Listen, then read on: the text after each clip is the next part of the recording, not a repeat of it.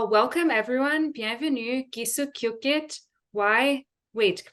you for joining Module 5 of the Conservation Ambassador Training Series. I know many of you joined last month, but for those of you who are here for the first time, my name is Camille Roberge, and we'll be hosting today's training session along with Juliet and Kendall. And I'd like to begin by acknowledging the rich heritage of stewardship in the Kootenay region and acknowledging that KCP's work occurs in the traditional, ancestral, and unceded territories of the Ktunaxa, Secwepemc, Sinixt, and Syilx peoples who have lived here and stewarded the land since time immemorial. We are also very thankful to KCP's funders who help to support programs such as the Conservation Ambassador Training. And for those of you who are new to the Kootenay Conservation Program, known as KCP, we're a broad partnership of 85 land and water conservation and stewardship groups, First Nations, government agencies, resource industries, and agricultural producers working throughout the East and West Kootenays. Our mandate is to coordinate and facilitate conservation efforts on private land and to generate the support and resources needed to maintain this effort. A key aspect of conservation in the Kootenay region is private land stewardship. KCP supports organizations that conduct landowner outreach by contributing technical and financial capacity, as well as opportunities for better coordination, effectiveness, and synergies. And these training sessions are born out of our commitment to build stewardship capacity and create a collaborative community of stewardship providers in the Kootenays. So KCP has created the Stewardship Solutions Toolkit, which is an online directory listing all of our partners and the programs that they run to help with stewardship of private properties. The toolkit is available on our website at kootenayconservation.ca/toolkit, and we encourage you to take a look through it when you have the chance and see what programs and resources are available in your area. So the services are listed in the toolkit by conservation neighborhood. So when you're on the website, you'll see this map and you simply click on the conservation neighborhood you live in to see the stewardship solutions that are specific to your area. You'll be brought to a page that looks like this, and it lists all the services in a grid format. And then you can click on any of these tiles to learn more about each program. Today's training includes information on several programs in the toolkit, including Grizzly Bear Coexistence Solutions in red, the Kootenay Community Bat Project in blue, and the WildSafe BC program shown in yellow. So KCP is using the Stewardship Solutions Toolkit as the basis for this Conservation Ambassador Training Program to help diversify knowledge within our partner organizations about private land stewardship and the information that's available in our region. So we began this year's installation with our first module on stewarding for wildfire resilience. If you missed that webinar, don't worry, it will be posted online this winter. Today, we'll be learning about wildlife coexistence, and in the 6th module, which will be on Wednesday, December 6th, we'll learn about stewarding for riparian and foreshore habitats. And for those of you that participate in all 3 training modules, you'll receive a Conservation Ambassador certificate from KCP. So here's the agenda for our time together today. We'll begin with 2 15-minute presentations. Then we'll have a Q&A of about 15 to 20 minutes. And then we'll have some time together in small breakout rooms to get to know each other and deepen our learning. And then we'll reconvene and close the Zoom. So I'd like to introduce our speakers for today. Our first speaker is Elodie Kuhnert. Elodie started working with bats in 2009 during her studies at the University of Lausanne in Switzerland. After her bachelor's degree, she earned a master's studying roost selection in forest-dwelling bats. Collaboration with landowners and public education and outreach were key aspects of her research and set the stage for her current position. Elodie joined the Kootenay Community Bat Project in 2018 as their coordinating biologist, where she leads the program, conducts site visits, delivers educational programs, and completes bat counts. Welcome, Elodie. And accompanying Elodie is Gillian Sanders. Gillian has been homesteading in the Kootenays for the past 30 years. While raising honeybees and livestock, she learned that humans and bears could be great neighbors as long as she managed her land to limit attractants. Gillian initiated the Grizzly Bear Coexistence Solution Program to improve grizzly bear human coexistence through education, collaboration, and use of practical tools. Gillian works closely with hunters, farmers, ranchers, recreationalists, environmental groups, and governments to promote effective tools and education that enable people to reduce conflicts with bears and to ensure the long-term persistence of healthy bear populations in PC. So thank you, Gillian, for joining us today. So now I'll stop sharing and I will let Elodie share her screen when you have a moment.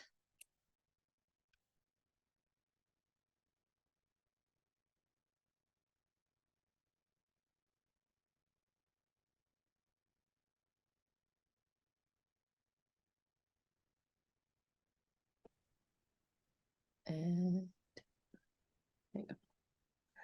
Hello, everyone. I'm very happy to be here and sharing some bat information with you today. So just before I start, just wanted to thank all our partners and funders. Without them, this program wouldn't exist. So thank you. A quick little background about bats before I start talking about human conflict. So the bat community in the Kootenays is actually one of the most diverse in Canada. We have 12 bat species that have a very different, that need very different roosting requirement and foraging requirement. So what I want to explain with that is different type of bats. So some will be using buildings as roosts or human-made structures, and some will use, sorry, there's a fly on me. And some will use natural features like woodpecker holes in trees or loose barks or rock crevices. Those building roosting bats, we have 4 species, the big brown bat, the Townsend bat, the little brown myotis, and the Yuma myotis. And so 2 of those species are now experiencing significant mortalities because of white nose syndrome. The species are little brown bats and Yuma myotis. So for those of you who don't know about white nose syndrome, it's a fungus that's an invasive species, and it's basically killing our bats during hibernation. And when bat population get that fungus, about 90% of it will die. Some species are resistant and some are not, and the little brown bat and Yuma are not. So this is why it's important to protect our bats' roosts. So what will be covered today? So what are the most common bat-human conflicts and how we can mitigate those conflicts, and then where you can find all the information and who to contact if you encounter bats on some of your visits.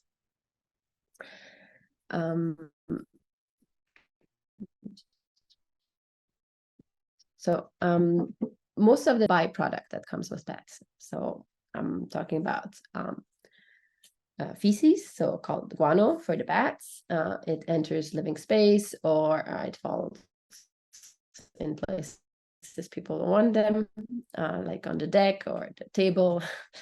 So that can be problematic. The noise, when you have a big colony, can be really noisy, especially if they're just above the bedroom, because when they go out and they come back in the middle of the night, they're very noisy. The smell, when there's a lot of urine accumulation, can be quite strong. Sometimes there's markings or stains on the walls, and that's not always pretty. And sometimes there's health concern. It's often a misconception from landowners, and we try to reassure them. So a few pictures of guano, that's the biggest problem because it piles up and it doesn't always look pretty. So now I'm gonna talk about bat roosts. So there's 3 different type of roosts mainly actually two. One is just a sub of one. So there's day roosts. So that's where the bats will stay during the day, where they will sleep and rest and gather and hide during the day. Maternity roosts are actually including in those. Most of the time, day roosts are like inside a structure. Actually, it's almost always inside a structure, but occasionally bats might sleep outside, very visible. Those are most of the time pups, so young bats that are just starting and learning to fly. So among the day roosts, we have maternity roosts. Those are often bigger roosts where female will gather to actually give birth and then raise their pups. Those are the most important to protect because female bats actually only have one baby per year. So when something happened to a population, it takes a long time to recover. So protecting those maternity roosts is the most important thing that we do. Then the last one is night roosts. So those are places where bats will just have a break in the middle of the night. They're quite temporary. They might not come every night at the same place. They just stay there for a few hours. And most of the time people will only see the guano in the morning, and they don't understand where it comes from because there's no entrance. Bats will just stay outside the structure, on the wall, under a deck, maybe sometimes under an umbrella, but not really, under bridges. So they'll stay in more open spaces. So when you do a visit, what are the bat signs to look for? So first one, the guano. Looks like mouse poop, little black, brown pellets. There's a way to differentiate it from mice. If you try to crush it using a glove, a paper, or something, it will fall apart into some kind of powder. Very often it can be shiny when you put it in the sunlight. This would be bats. It's the exoskeleton from the insect they will be eating. If it's wet, it's probably just a fresh mouse poop. If it's very hard and dried, it's probably an old mouse poop. So that's how you differentiate.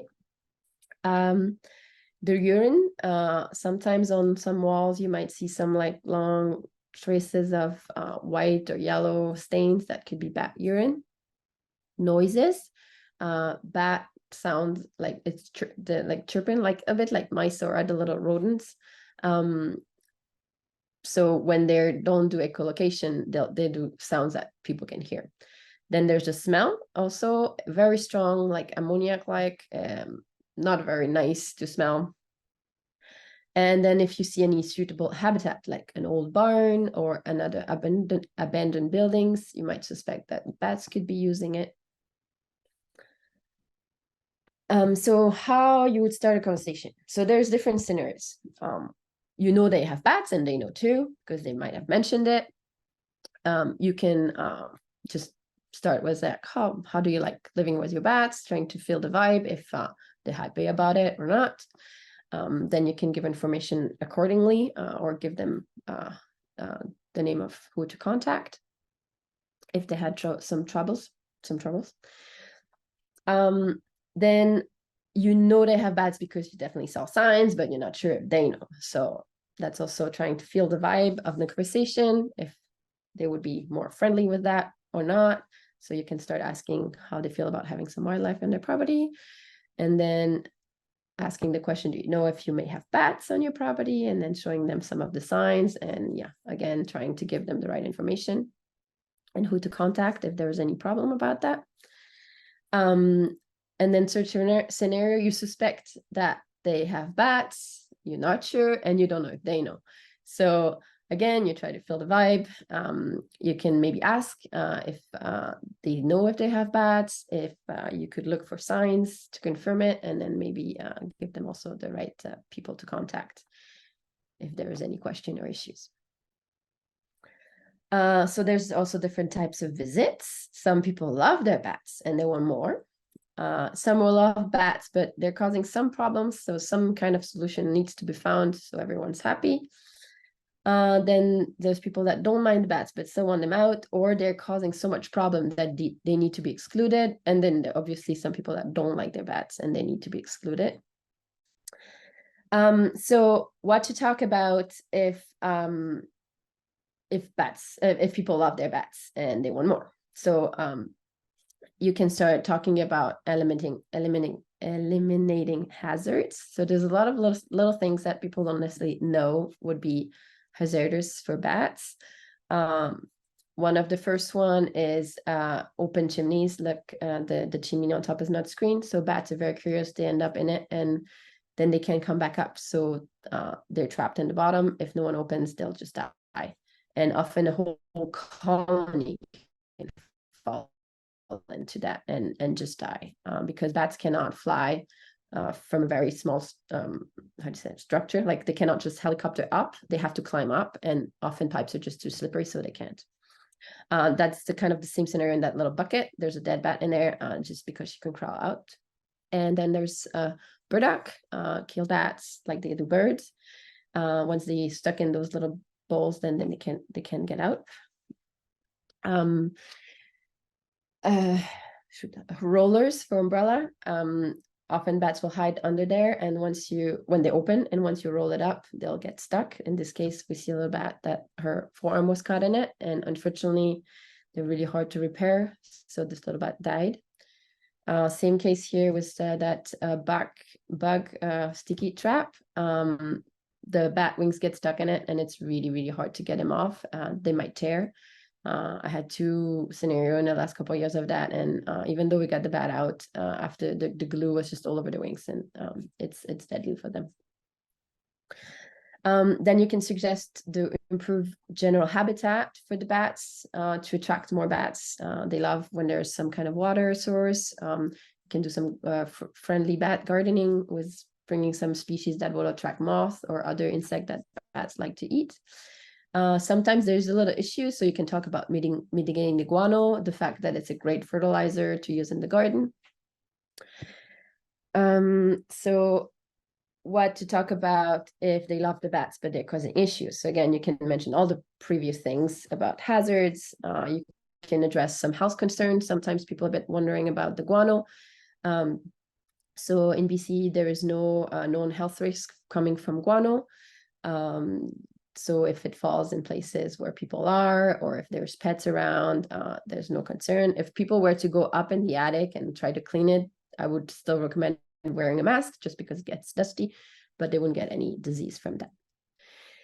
You can talk about mitigating the guano again and reducing noise, maybe by putting more insulation if it's noisy between the attic and the rest of the living area. Sealing human living quarters. Sometimes guano might just fall through cracks from the ceiling, or bats can actually come through, and so we want to avoid that, and we ask people if they can seal that way the bats are in their space and people are in their own space. Keep cats indoors. That's a big one, at least during dusk and dawn, because that's when bats are the most vulnerable, and cats is one of the 3 main predators for bats, with weasels and owls. And you see that little cat with the bat in her mouth. That third picture is like, it's just a protection for predators, so they cannot climb up the pole where the bat box is. That's the way to protect the bats from any kind of predators. Then third thing, what to talk about if they want to exclude their bats or they need to. So you can still mention all the other previous things, and then at the end talk about the exclusion protocol. So there's a right time when to exclude bats, because during the summer when they're pregnant and they have their babies that can't fly, they're most vulnerable. So we ask people to wait until fall to do any kind of work of exclusion. And then the first step is to install a one-way door. You see on those 2 little pictures, the top one is just a screen, or I like to actually advise plastic sheet that you attach on 3 sides. The bats can slide out, but they won't find the way back in, sorry. Same kind of idea with that little pipe under, that little tube, and then a plastic sheet. The bats can just slide down it, but they won't be able to grab the opening and get up back in either. So those are very good ways to make sure the bats are out before you do any final sealing up of your structure. And then the best time to do that is end of fall. The whole winter, bats are gone for hibernation, and they'll come back in April. So there's still a window there to do one-way doors exclusions. But then when it's May, bats are pregnant, and we ask people to not do anything anymore until end of August, September. So lots of people want to offer bat habitat for bats by creating bat boxes. So that's one that we've been kind of stepping back a little bit on. One bat box can be dangerous because it can be really, really hot. So when people want to install bat boxes, I ask them to put 2, maybe even 3. People that want to attract bats by just putting one bat box without having previous bats in their building often get disappointed because like I mentioned before, only 4 species use buildings. Out of those 4, only 3 will use bat boxes as a maternity colony. The rest will use natural features. So a bat box without having an exclusion doesn't really work well. So we can improve habitat differently. Like I mentioned, putting a pond maybe, or leaving some dead trees standing if they're not a risk. About the pond, it doesn't need to even be big, can be the size of a dining table. That's enough for the bats to come and have a drink. Then there's some new things that came into the picture lately. You can see that top right picture. It looks like it's actually a fake bark around a pole. It's called the Brandon bark box. That's how we call them. So that's to mimic a bit more natural features. And then that's a project from the Wildlife Conservation Society. And they also have been doing wildlife trees where they basically choke a tree on the bottom so it would slowly die. And then they make fake cracks with chainsaw cuts. And those 2 roofs have been shown to be used within a week of creation, as when you put bat boxes can take quite a long time. And we also seen that there's more species than the 3 one using the bat boxes. So that's a very interesting alternative. And then the new one we're also going towards is building bat condo. So it's basically giant bat boxes, mini little barns.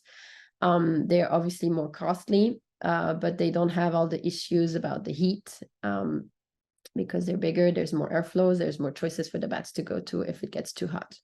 So bat boxes, I'm not saying they're bad. They're still a great tool to use if there's bat exclusion, but they need to be used as a network. So not just one bat box, but more than one with different sun exposure. One maybe facing sun, one facing the north even. So it's cooler, or southeast and southwest, and different aspects close by so that bats could fly easily from one to the other with their pups. When it gets too hot, they can go cooler. When it's too cold, they can go hotter. So a network bat box is still a good idea. All right, so that's all I had to say for now. I hope you have lots of questions later. A little joke about bats, so you can read about it. And just where to find information and who to contact. So you can contact me. I'm the main coordinator, but each region has their local bat ambassador that can help out with outreach and sometimes just with giving some more information. If you're super keen to learn more about bats, you can become a bat ambassador yourself. We have a bat ambassador training. It's just half a day of training. I'll do probably once a year. And if you want to do a bit more on the ground work, we have bat counts. There's bat counts all over the Kootenays. You can contact me or your local bat ambassador and see if there's any count happening next to you.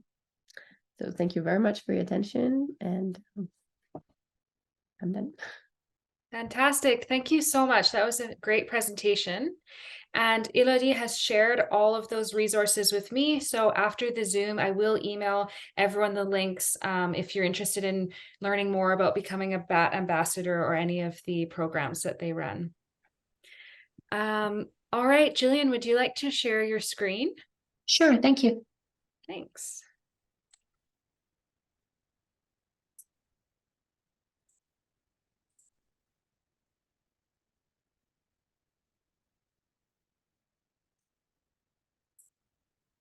There, are we all set? Do you see that?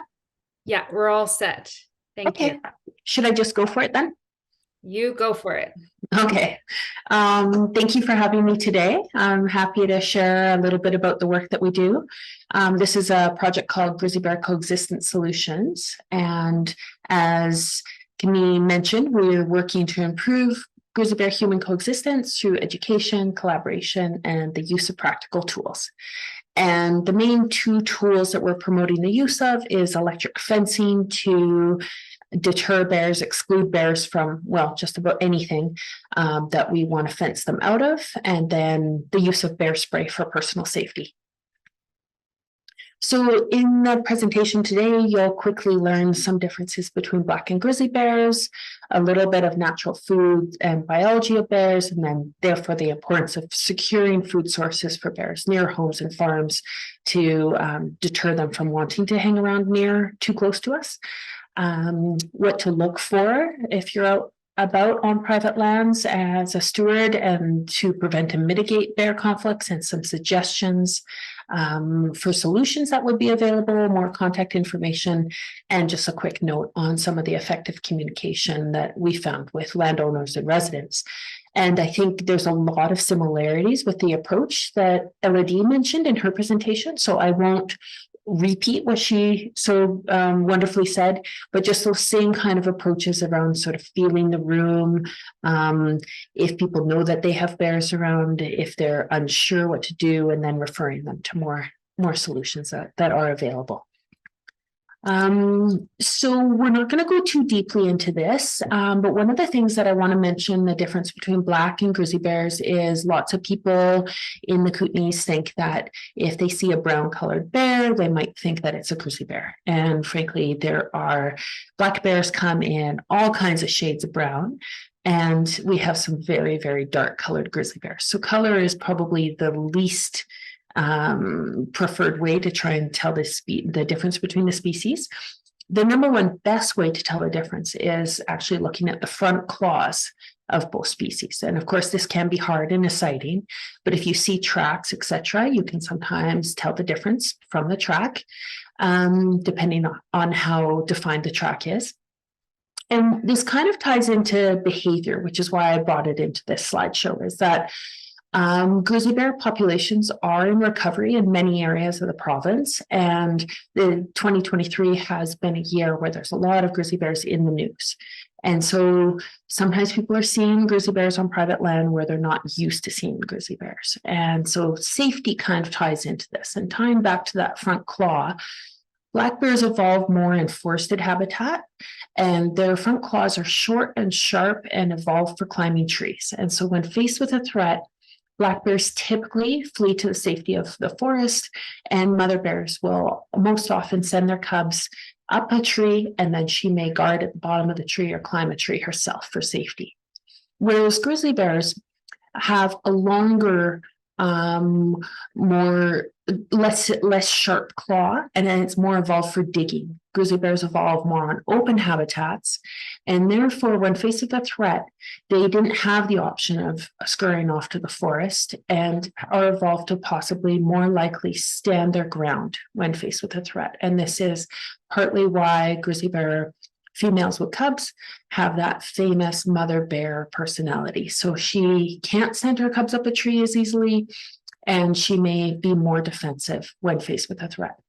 And why I tie this into this part of safety between the two species, especially around homes and farms, is that sometimes if people are used to having black bears around, they'll go outside, clap their hands, yell at the bear, or honk a horn or whatever, and they expect that bear to just run off. And grizzly bears don't always run off the way that black bears might. And so this is something to know about grizzly bears, and that they often will leave. They might just be a little bit slower about it. We can take questions later, of course. Going into a little bit of biology and why it's so important to secure food sources from both species is that in essence, a bear loses about a third of their body fat through the denning period in the winter. And then when they emerge from the den, the foods available on a natural landscape are pretty sparse in calories. So there's a lot of forbs and grass. Here we have some glacier lilies. That for grizzly bears, especially, they're in higher elevations typically in the spring. They'll be digging the corms of those plants and eating. They're like small little potatoes that they're eating. And then as the season goes on, there might be the Heracleum. It's like a celery type plant. Again, very few calories in that. And so for both species, they're on a natural landscape with natural foods availability. they're actually both still expending more fat than the food available to them, the calories available to them. And so they're actually continuing to lose fat until typically the berries become ripe. And then the caloric value, the sugar value of the berries actually helps them gain back that fat. And on a good berry year, they'll gain again above, you can follow the graph there, quite a bit of fat before they go into the den for the winter. Now, for female bears, both species have delayed implantation of eggs, and that is where they will mate between late May and early July. The female bear will carry those fertilized eggs, but they don't actually implant onto her uterus wall until she goes into the den. And at that point, her body will make a physiological decision whether or not she has the fat stores to survive the denning herself, to have a healthy pregnancy, and then presumably also to have enough fat stores to produce the milk, the lactation, the following spring, when there's very, very little rich food available to her. And so quickly, we're going to go through some natural bear foods in Kootenays. These are the glacial lilies or spring beauty, the little corms I mentioned that they dig for, equisetum, horsetail, very low in nutrition, but ubiquitous for bears around the Northern Hemisphere, fireweed. This is Heracleum or cow parsnip, the celery type plant I mentioned. And then as the season goes on, the Saskatoons will be the first berries to come ripe. The Shepherdea or buffalo berry or soapberry, the red berry on the lower left, and then all the vaccinium, the huckleberries or blueberries. I think there's 22 species of vaccinium in the Kootenays, and bears love them all. So do I. High bush cranberries, the mountain ash berries. And then is there any wonder that we have bears coming in for the excess of fruit, the unmanaged fruit that's available all throughout many communities in BC, and especially here in the Kootenays in the West Kootenay.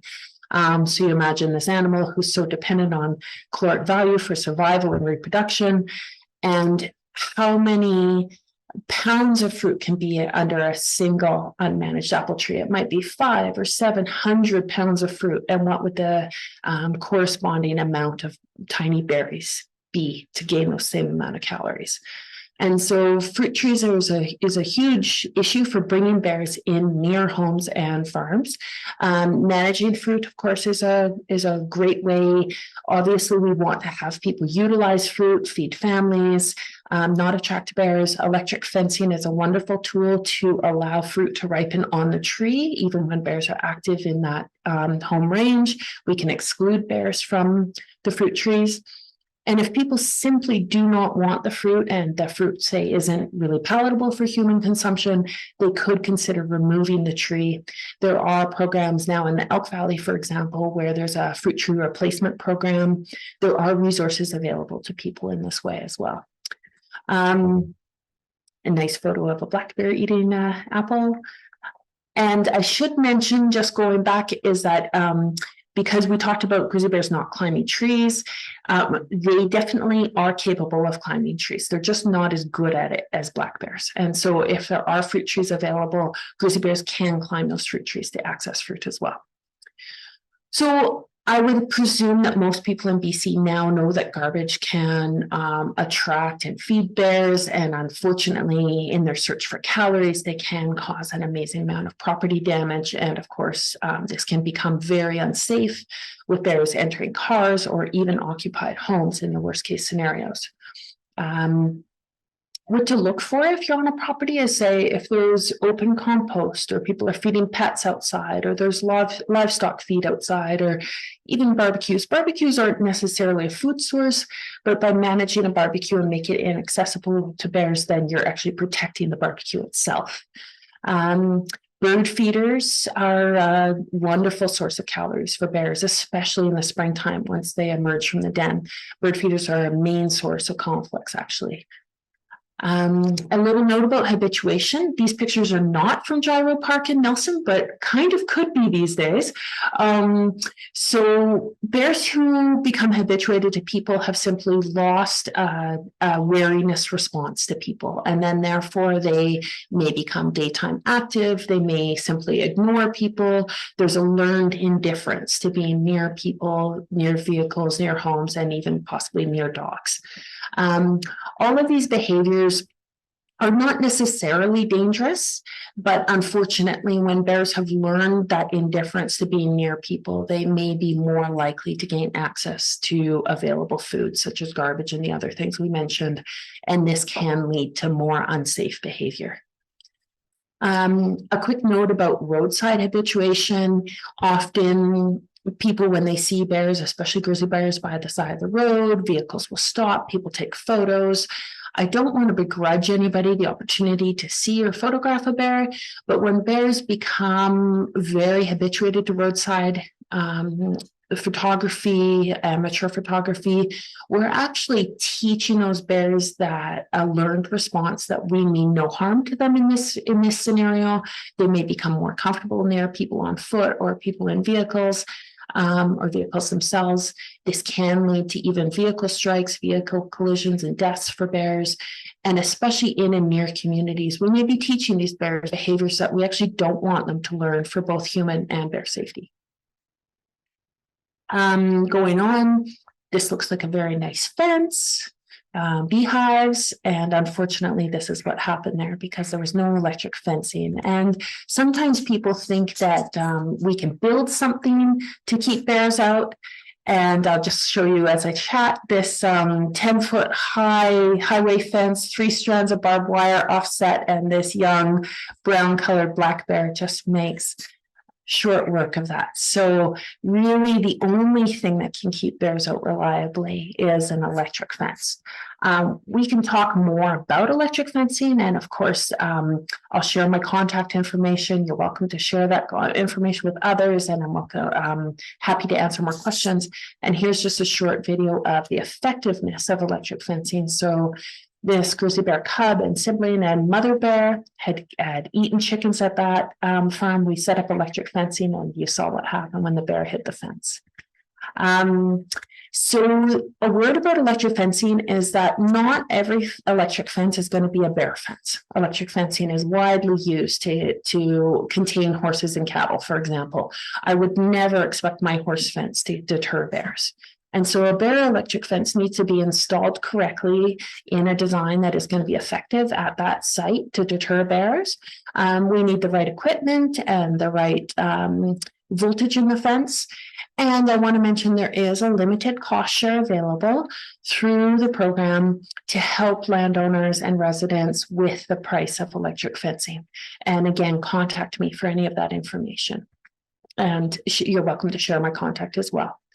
Quickly, a couple of designs on permanent fences. This is existing fencing. We just outrigged some hot wires around these small areas. This is a nice fence for a bee yard down in Creston Valley. Some temporary fencing that can be set up to either rotate the grazing of small livestock. This kind of mesh temporary fence can also be very effective to put up around fruit trees on a temporary basis, just while the fruit's becoming ripe, and removing the fence after the fruit has been harvested.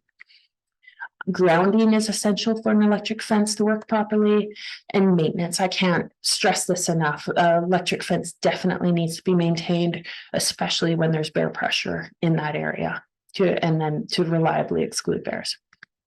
A note about safety.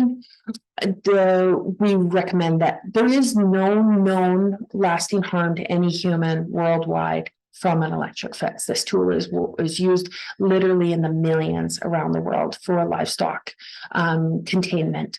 And we're using the same tools as for livestock containment and just using those tools in a design that excludes bears reliably.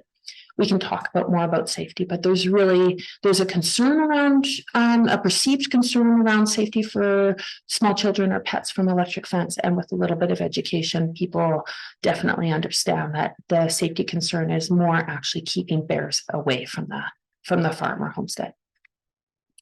A note about safety, there's we do a grizzly bear specific safety course, free little workshop for communities and groups. There's some great videos online, and this is one of the premier videos, Staying Safe in Bear Country, that we show. These workshops, we also do electric fencing workshops for livestock producers and people wanting to raise food. And a little note here about communicating with people and some things that we've learned over time. And so one of the points that I have really focused on is prioritizing relationship building over any short-term goals. And so, for example, if somebody has grizzly bears on the property and they're really not into it, to not try and tell them what to do on their private property. It's their private property, and just to gently suggest that there could be other ways of excluding bears rather than having to shoot them. It is legal to shoot bears that, of course, that in defense of life or property in BC, and to understand that that is part of coexistence. We're not out there to save every bear, but what we do want to do is prevent conflicts. And the number one way to prevent those conflicts is to secure food sources. Number two here that I have is being friendly, open, flexible, and patient when talking with private landowners. It's their private property again, and recognizing that whatever their worldview or viewpoint is completely valid. And then clearly outline the benefits to them. So frankly, it's much easier in terms of bears and coexisting with bears. It's much easier to install electric fence to reliably keep bears out and to be able to sleep soundly at night than it is to have bears coming in and be stressed about the potential of damage to livestock or private property, and possibly live with that stress every night, especially through the fall until bears go into the den. And we even make the point that if somebody did want to stay up to eliminate bears, whether they're going to chase them off, haze them, or to actually shoot them, they're not sleeping. Whereas a good electric fence, you just sleep at night. And I know that firsthand through my own background as a beekeeper and raising small livestock in the North Kootenay Lake area. One final note about grizzly bears, as their populations do recover in the province, is, they have this fearsome reputation. And from my experience now with over 20 years working with the species, I'll use words such as patient and respectful and gentle and intelligent. But of course, I never forget that bear is extremely powerful. And so respect is a huge piece of the puzzle for coexistence. And my contact number is there, the email and the phone. I want to say also thanks to the funders that help support the program, and to the Kootenay Conservation Program. And I think that's it for me right now. Great. Thank you so much, Gillian. That was a fantastic presentation. So if you want to stop sharing your screen, perfect. Now we can all see each other. So we're doing super great for time. We've got definitely a solid 10 minutes or more for questions. So let's open up the floor to questions. If you want to unmute yourself and ask your question yourself, you're welcome to do that. If you'd rather type it into the chat, then I can read your question out for you if you prefer.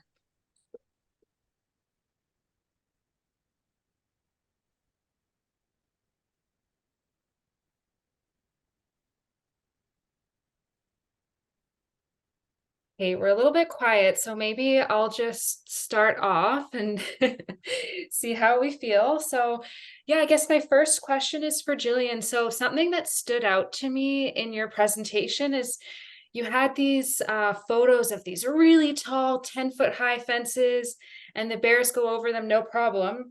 But your e-fences looked so low. I'm wondering, how high does an e-fence need to be effective?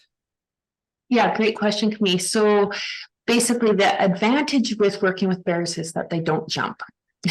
So bears will climb over. So typically black bears climb over, grizzly bears may try and dig under, and either species might just rip through any other type of fencing.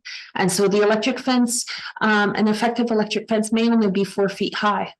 But the electric hot wires keep the bear from climbing over, from ripping through, and with a proper installation, also we can stop bears from digging under as well. Wow. Yeah, that is so cool. Wow, yeah. I don't want to stop anyone from jumping in. So please go ahead if anyone has any more questions. I have a question for Gillian. So here on a Kuhnert Reserve, I do know about one household that every year there is always bears who do come back to her house every year. She is someone who does feed outside animals, so outside cats. These bears do come back every year. They don't seem to be harmful or anything, which is great.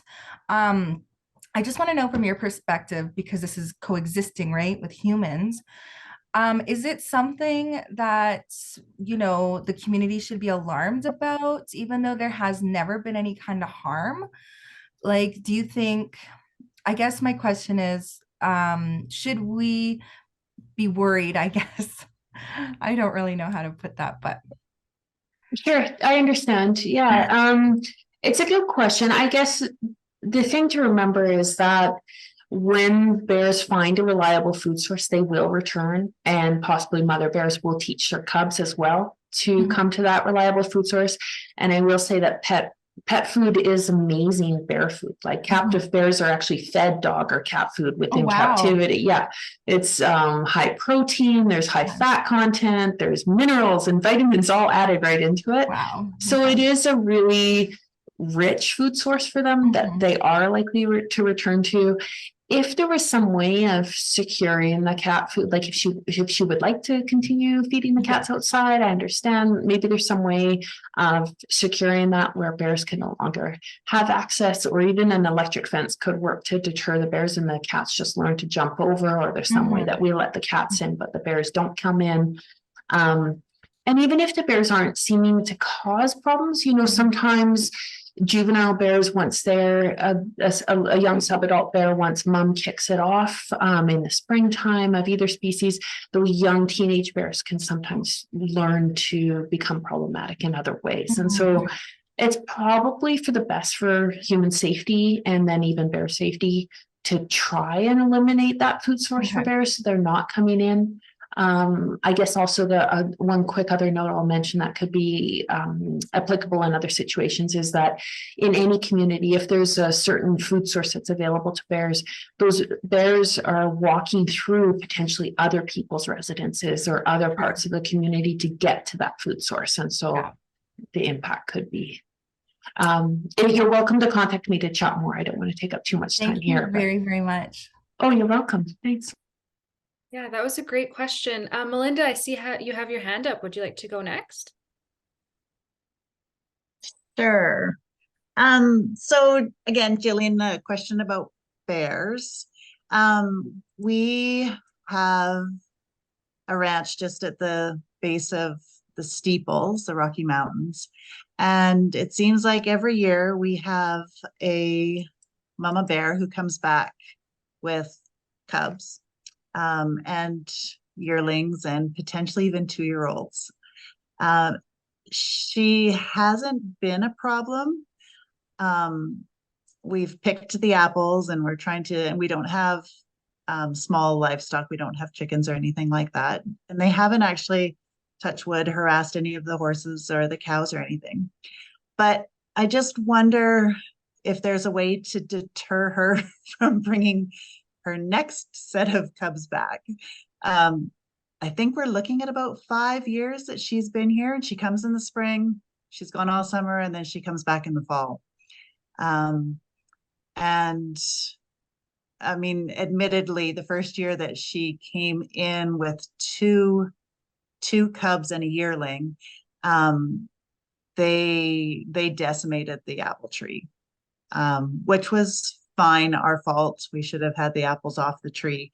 But now she's back every year with her new set of babies or whoever and her old babies. And actually, I think that first set of twins or whatever are probably about 4 now. maybe 5, and they hang around on their own. Yeah, it's really interesting dynamics. And like I said, I don't mind having them here as long as they're still respectful, but I don't know if they're going to continue to be that way. And I just wanted to know if there was a way to stop her from bringing her next batch. Yeah, great question. I'm assuming then that with the apples contained that they're eating just grass and forbs. Is that? Yeah, they're grazing. And we have a salt block for the cattle, and the water's up there, and yeah, they go and hang out where the cows are. And I would say you're right in that there's very little risk to full-grown cattle or horses from bears, either species. Sometimes, especially if it's like calving season, you might want to be careful around that time. They can eat calves, of course. They can eat moose or elk calves on the natural landscape as well, and so that can be a food source for either species. The question around deterrence from grass and grazing is a really tricky one, because it's kind of a natural behavior. I mean, obviously, I don't know the area, Melinda, but fencing is always an option. It can be expensive. It is an effective way of deterring bears. It's very hard to use any kind of noise or projectile deterrent, non-lethal projectile deterrents to deter bears from a known food source. So you might be able to teach them to be wary of you guys when you're out there, but they're still likely to come back and graze at nighttime if that's their preferred feeding area. I would say, honestly, if it was my place, and this is everybody's own level of comfort, and again, you're welcome to contact me we can have a longer conversation. I wouldn't worry about it too much. I would just be very, very careful that they don't find any other food. And maybe that includes having a fence closer to the home site that just creating an area where it's just like, no, this is a no-go zone. You're allowed to be out there at the back and bottom of the mountain, at the back of the property, so to speak, and just never are you allowed to come up close. That kind of idea. And again, maybe we should just, I'm happy to chat more, but I don't want to go too long right now, if that helps. Yeah, that's cool. Thanks, Gillian. Sure. Yeah, thank you. Alicia, I see your hand is up. Would you like to go next? Again, it's for Gillian about grizzly bears, and you kind of touched on the recovery of populations and also maybe their stardom in social media. It's kind of the conversation now is I was wondering if you could expand on the recovery, and are we seeing them in the fringes of town for reasons other than recovery, or are they being pushed down by food sources? And we're in Castlegar right now, so I don't know if you want to speak to what we're seeing in the Kootenays. Sure, I can touch on it. I mean, it's pretty straightforward. Bears go where the food is. And so if there is a year with a poor berry crop, natural berry crops do fluctuate year to year. That's probably why bears evolved to have that delayed implantation of eggs. When there's more berries available, we may see more cubs born the following spring. On poor berry years, they roam further to find food. And unfortunately, our communities are rich with food, and especially in the West Kootenay, as I mentioned, there's a lot of unmanaged fruit trees near the edges of communities. We used to be a hot spot for commercial fruit growing in the world 100 years ago and more, and then we no longer are. And so, maybe the role of fruit trees on the landscape we no longer have salmon that we would have normally previously had on the landscape. That would have been a great food source for bears in these ecosystems as well. Maybe I'm digressing. So I guess the point about recovery is that I think maybe the best point here for coexistence is that if we allow bears access to rich foods near communities that are not natural food sources, and fruit trees technically are not a natural food source, we may be growing more bears, and that may actually not be in our best interest, or possibly in some cases bears' best interest. And so by managing food attractants is really, it's again and again the number one way to just prevent conflicts with people and to have bears on the natural landscape without having them in close up where we don't want them. Thank you. Marcus, would you like to go next?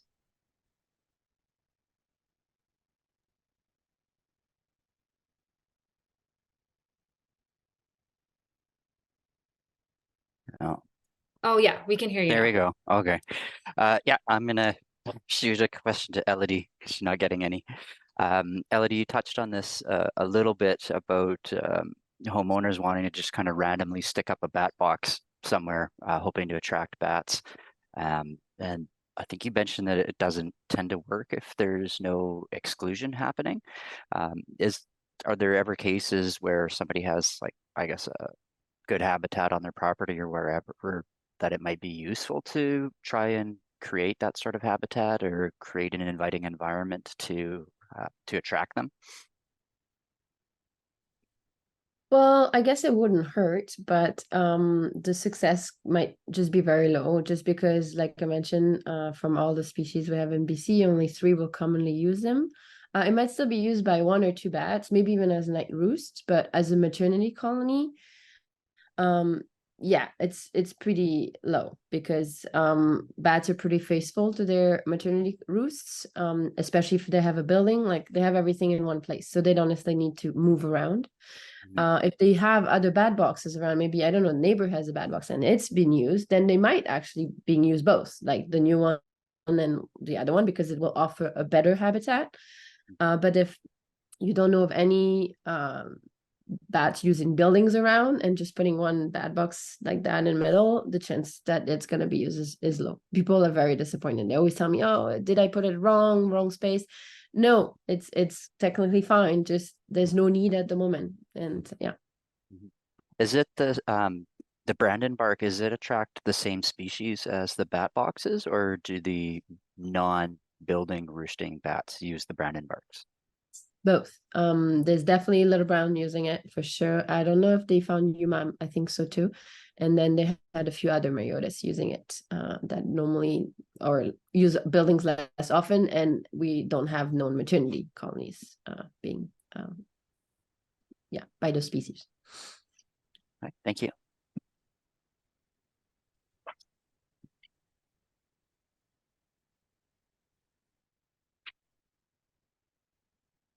Does anyone else have any other questions? Chelsea has her hand up there. Chelsea.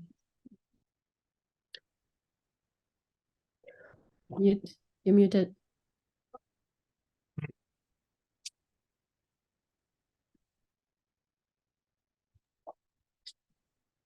No, we can't hear you. Your How headphone. about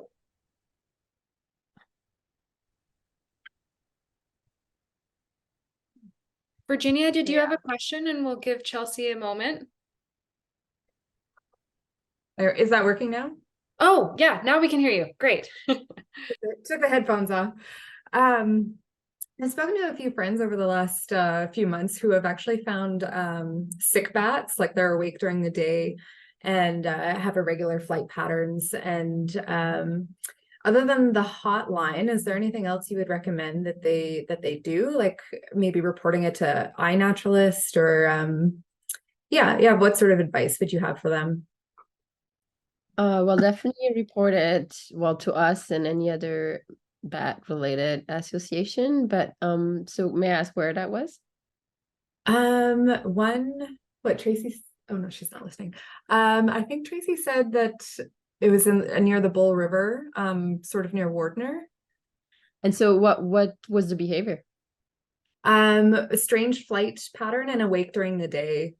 And it was by water. It looked like it was quite thirsty. I've assumed it might have had rabies, but yeah. Yeah, that's definitely one thing that could happen. Sometimes they're just being also disturbed and they just a little bit, panicked because it's hot. It could be, I don't know if it was a hot day or in the middle of the day. It could be also because of that disturbance in the middle of the day, hot, they needed to drink. Young pups tend to fly a bit weirdly maybe too when they start learning to fly, if it was like in August.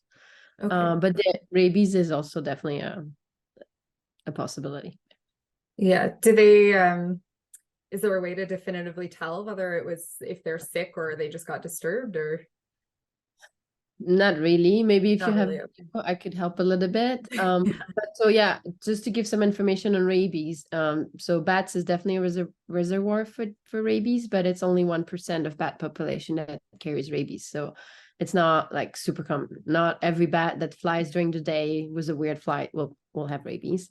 And they die pretty soon from it. So the transmission rate is like very low. Thanks, Elodie. Welcome. Thanks for the question. Yeah, I guess I have another sort of like disease question for Elodie. It was really reassuring to hear in your presentation that there's no diseases or anything that humans can get from bat guano. So that was reassuring. But I was wondering, is there any worry for humans in terms of white nose syndrome? Like, I don't know, has white nose syndrome been found in like colonies in people's barns or anything? And is that a worry that people should take into account? So white nose syndrome is a fungus. And the disease is called white nose syndrome, but it comes from a fungus that I won't say the name by heart. So it's called for short PD. And so it grows only where it's cold and dark and moist. So basically where bats hibernate, in caves or mines underground. So no, you won't find it in barns, especially because bats won't necessarily hibernate in barns. So they wouldn't bring the disease with them. Because it's too cold. Bats need cold temperature in the winter so they can slow down their metabolism, but they can go below freezing, otherwise they'll die. So yeah, barn, not insulated, not happening. And so about the guano, I just wanted to add on that. So if you Google bat guano and disease, you're definitely going to find histoplasmosis. So it's a disease, also a fungus that grows on guano that can be very dangerous, but we've never found it in BC. And it also grows on so bat guano in caves where it's cold, dark, and moist. So not people's attic or barns. Yeah. Great, thank you so much.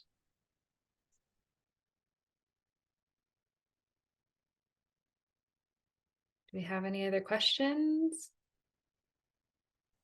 I do, but I also don't want to take away time from the smaller breakout room discussion, so I can also follow up directly. But what do you think, Camille?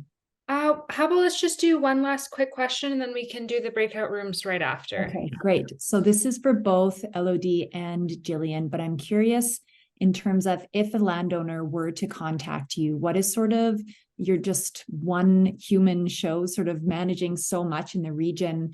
If someone reaches out to you, what does that sort of look like and what's the timeline? So for Elodie, like, are you able to pretty much go visit someone's house the next day to go give them recommendations? And Gillian, if somebody does have a suitable site for an electric fence, like what is the timeline on actually getting that work done and them completing the cost share program or having you come out to do a site visit as well? Sure, I can. You go ahead. Go ahead. Okay, I'll start. So it will depend on a lot where they're located. That's the biggest thing. Because I cover all the Kootenays, I tend to go easier for site visit in my region than going further. I have to plan them because I don't go just for one. I'll go to multiple at one time. So it's worth the driving. Most of the time I try to do on the phone, whatever can be done on the phone. And for a lot of time it works because I give them the tools, all the resources so they can have booklets, visuals, like all they need to know. We talk about specifics. Sometimes I ask if they can send some pictures. That way I can see and give better advice. And when a site visit is really needed, then we try to organize that. Depends on the emergency. If it's kind of urgent, I'll try to go as soon as possible. But sometimes it can take like 3 months, and I go at the end of summer when I have time, when I have like a lineup of site visits for that same region, and then I'll go to that region. So yeah, it's kind of up to the situation, but I try to do a lot on the phone. It works quite well. Like a lot of people can figure it out by themselves and do the exclusion thing once they read about it. And then they get back in touch once they are there, because also often the exclusion can only happen 3 months later anyway. So when they call me because the bats are here in June, let's say, they can't do anything until August. So that's why also the site visits not necessarily urgent at that time, except if there's like bats in the living area or something like that.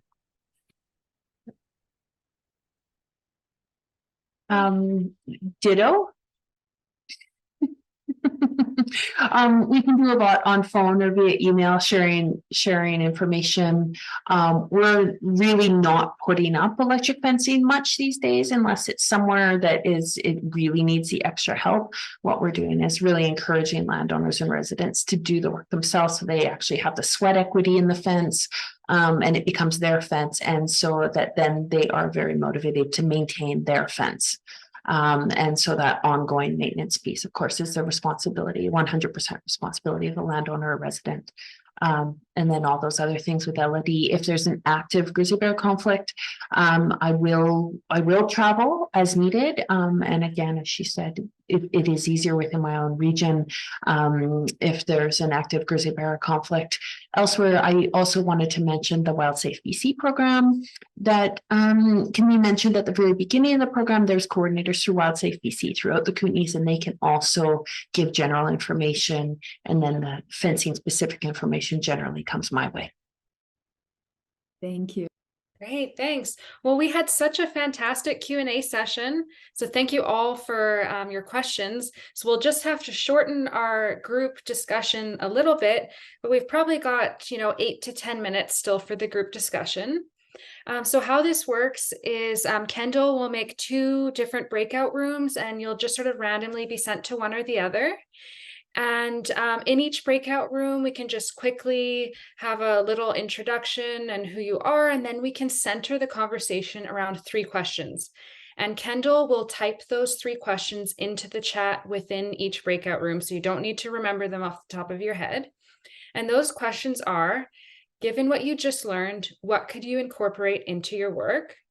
Why is it important? And how will you do it? And that will just sort of be how we center these discussions.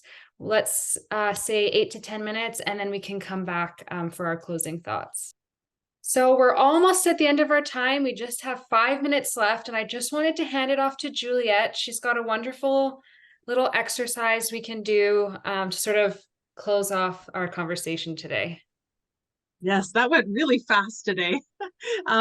It was a fantastic presentations. So we're just going to have you just reflect on in a Mentimeter. So if you go to either the computer you're zooming on, or your phone, or a tablet, or another computer, and you go to menti.com, METI.com. I'll give you the code here, 1570441, and that's in the chat. And I'll say it again once you have your menti.com open. And then you should see a question there.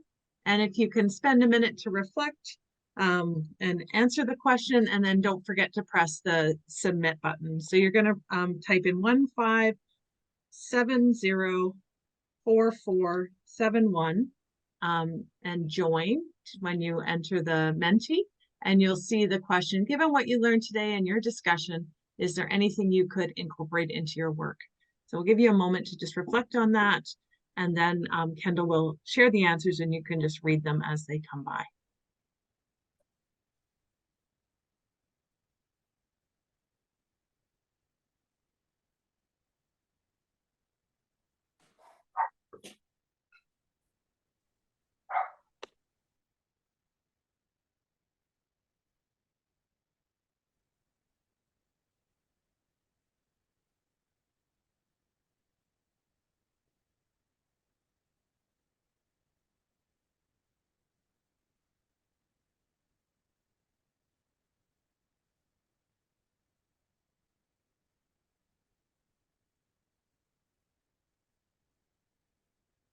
And Kendall, maybe once you get a few answers, you could share your screen. You bet. I think we've just got a few that came up now, so I will share. Just watching the time, we'll just do this for a minute or two, and then Camille can wrap up, and we always commit to ending on time.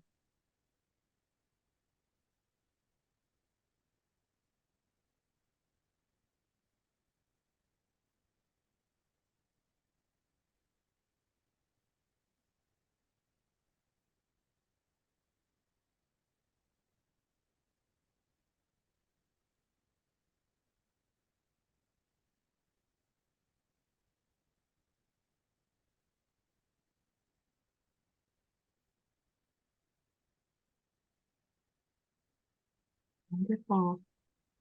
I think we might have all the answers. If you have anything else, maybe we'll just give you a couple of seconds to press submit.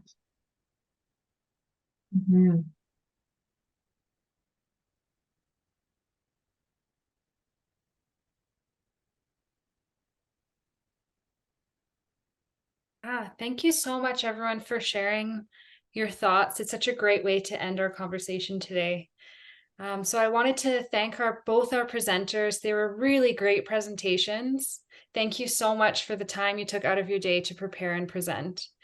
And I'd like to thank you all for joining today and for all your questions and your great discussions.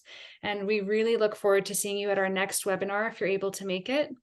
So merci.